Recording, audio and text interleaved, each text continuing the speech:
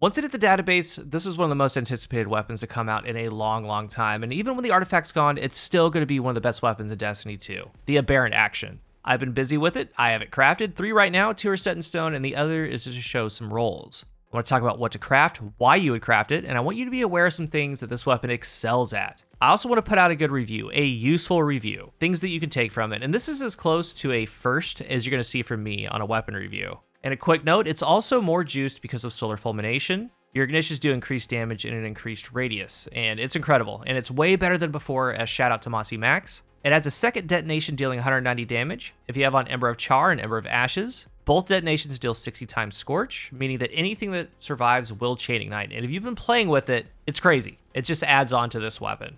I wanted this one bad, and I wanted to show you the things that it can do. And of course, we're going to be discussing the tried and true, Heal Clip, Incandescent, but there's a whole lot more here. There are some things that this one does the best, and I encourage you to consider. So how do you get it? How do I have it crafted already? You play Act 2, get it to drop, and once you get it to drop, you're going to progress. You're going to see that it's an option along the other weapons. But it appears that they are time-gated to focus directly. It requires that Act 2 Ingram focusing upgrade. So instead, I got 2 red borders from playing the activity. I had about 70 Ingrams, and I just started doing the random drops. I hit 3, I then used harmonizers on those 3, then I crafted it. Now, do you need to do that? No, but it's an option. You can if you want. If you're playing the activity, you're going to get it eventually and pretty fast. It comes with the Radiolaria Transposer Origin trait. Rapid final blows cause targets to explode into a pool of Radiolarian fluid. In PvE, it's every 3rd kill, PvP every 2, so this is a strict PvE review, and this pairs perfectly with Logic Reductor. Remember to put that on. Weapons with the Radiolaria Transposer Origin perk deal increased damage to Vex. It extends the duration of the pools created by the Origin trait.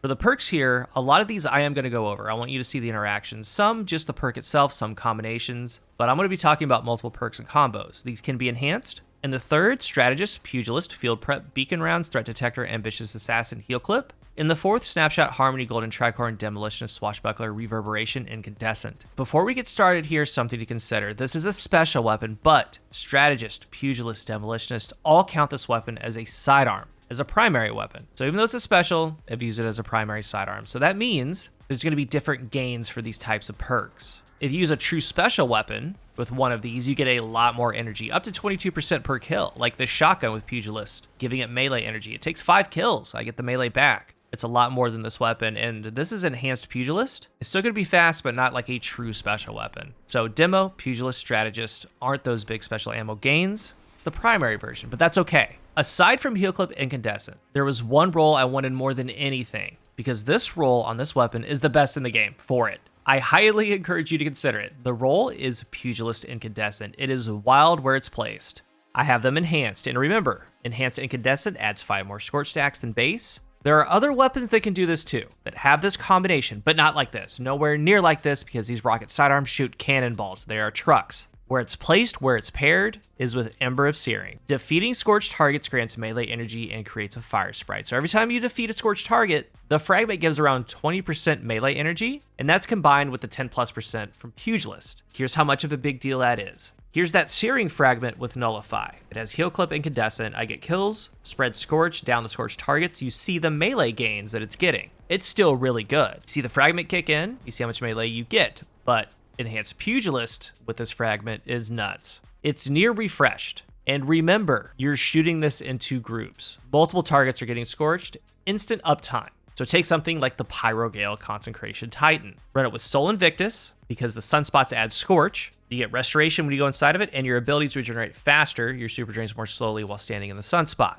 Searing, Ashes for more Scorch stacks. Char, so your ignition spreads Scorch. And then Eruption, your ignitions have an increased area of effect, and that pairs with Solar Fulmination. Absolutely wild how much you can spam the Pyrogale Consecration. And it hits so hard, it tears through ads. You're able to get the Consecration quicker. Since it's a rocket sidearm, it does pretty good against yellow bars and beefier red bars. Consecration itself adds Scorch. So if you do it to a big group, it can reset itself. But anything that's scorched around, you just hit them. Sometimes it takes like 1 shot from this thing, 2 shots, and you get it right back. So when something is scorched, all those final blows is getting the Searing plus Pugilist added to it. And then, of course, we have the pools. The pools themselves, if they get it down, it counts as Pugilist energy. Also, as a bonus, the fragment gives fire sprites. When you pick that up, you get grenade energy. Really completes the Solar Titan, but it's for all classes with this fragment. Like Warlock. I mean, Sun Bracers don't necessarily need Searing because of Heat Rises, but with Heat Rises on top, it's just like a shot. Almost fully resets your melee from the air. And with how much Scorch you apply, Solar Fulmination, Sun Bracers are fun right now.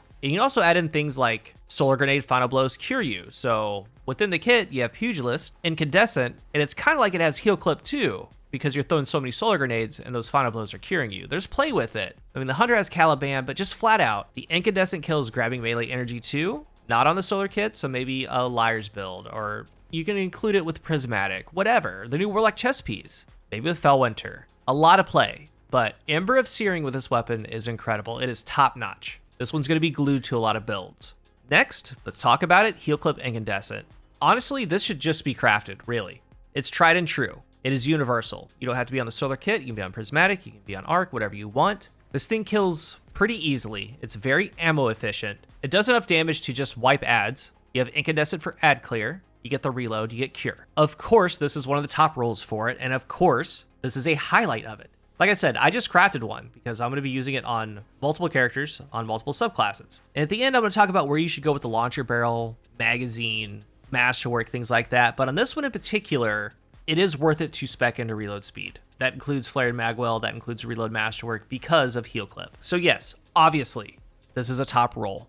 Next, let's just talk about some perks, like Field Prep. Again, these are some options to consider. The main reason, yes, we have the faster reload stow, ready speed while crouching, but what we're really paying attention to is the increased ammo reserves. And to go even further, specifically Enhanced Field Prep. Built in, this perk grants a reserve mod.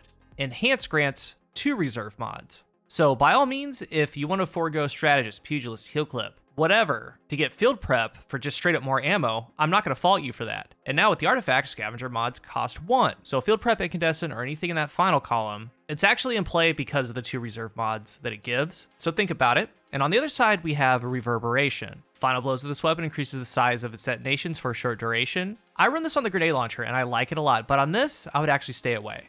After you get a kill and Reverberation is on the screen, the impact is a tad larger, but what you're going to notice more is every third kill there's that explosion and the Radiolarian pull drops. On that kill, that explosion is different than what the base weapon does. With Reverberation, when it's on the screen, it enhances that explosion, makes it wider. But when you compare that explosion, just everything that this perk does, to something like Incandescent, there's no shot. Because Incandescent, though it isn't doing that wider explosion, that bigger explosion, it's still doing an explosion. And then it's hitting targets that are scorched. I just wanted to show you where it stands, how it interacts. I would personally stay away. Next, another build setter. Strategist Incandescent. And just like Pugilist, it's wild on this, especially on Solar. And I've been focusing on Solar because the Solar kit with Solar weapons do work the best. And yes, there is play for Prismatic. And again, the weapons have this combination, but they do not do it like this one. And the idea is with something like the Titan's Hazardous Propulsion. You add in Singeing. Your class ability recharges faster when you scorch targets.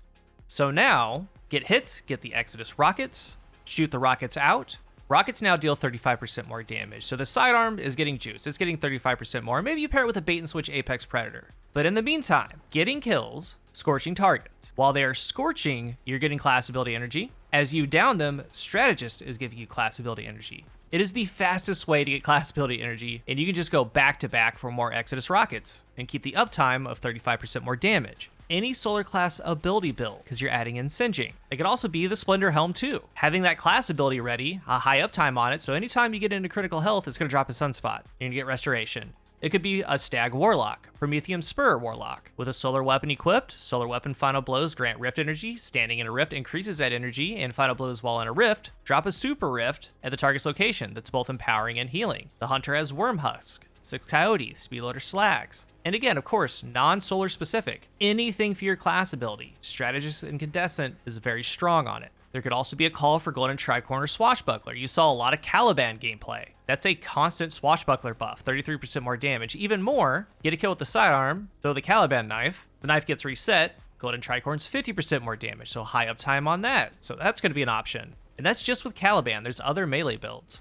With Beacon Rounds, Ambitious Assassin, Threat Detector, Snapshot, and Harmony, other perks in the set columns are going to be better than them. They're just way more to gain with other perks, whether it be class ability energy, whether it be melee or curing yourself after a reload. This particular weapon has some really good things that should be highlighted. Then finally, as far as perk combinations, Pugilist with Demolitionist or Strategist with Demolitionist. It's just flat out good. Each kill giving a lot of energy to your abilities, universal, prismatic, solar, whatever. And of course, within each kit, there's different fragments going to make these a little bit better. So if there's a build or an exotic that's highlighted by these roles, do it.